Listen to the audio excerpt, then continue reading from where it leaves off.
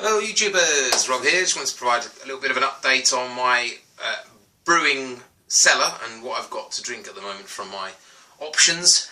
I've got two bad options, one good option. This is how good my brewing is. I'm not sure if it's just what I'm brewing or how bad I am as a brewer. It's probably a bit of both.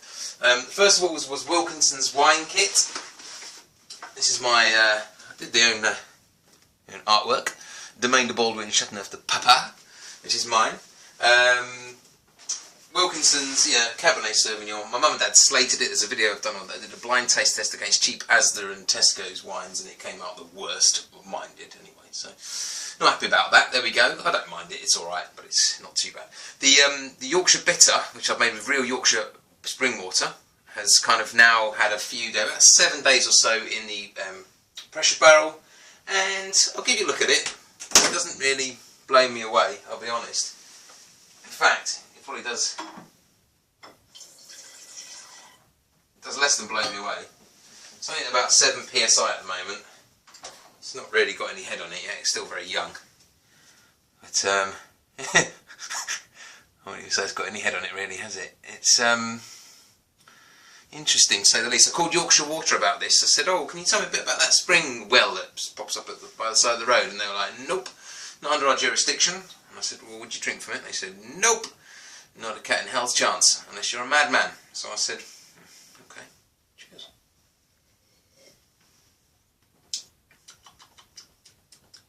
It's very bland. It's very boring. Smelly. Smells as well. She said, chances are the E. coli and the Legionnaire's disease have managed to boil out of it, but cyanide, arsenic, sheep crap, petrol, diesel, fertiliser, probably still in there in vast quantities. Not that you can really tell.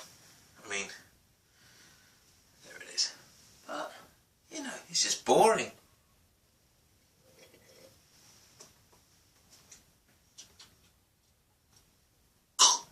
So anyway, let's get that down me.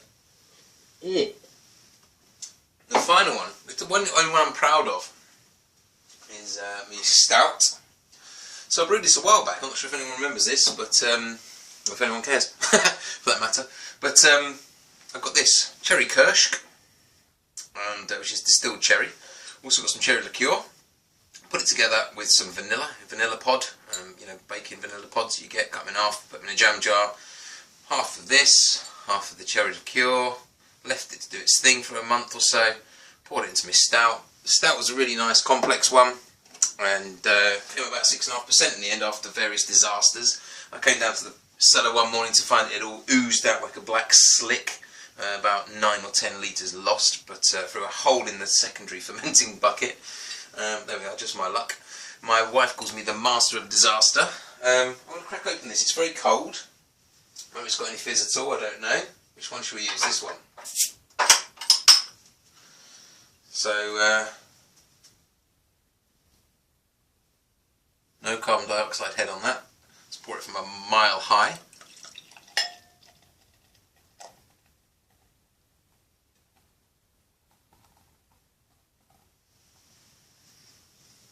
Yeah, that's alright, isn't it? So this is kind of cherry and vanilla stout. It's got Munich malt to give extra body.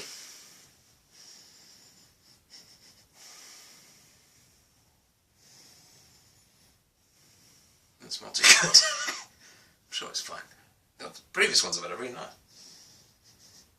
It smells like hot dogs.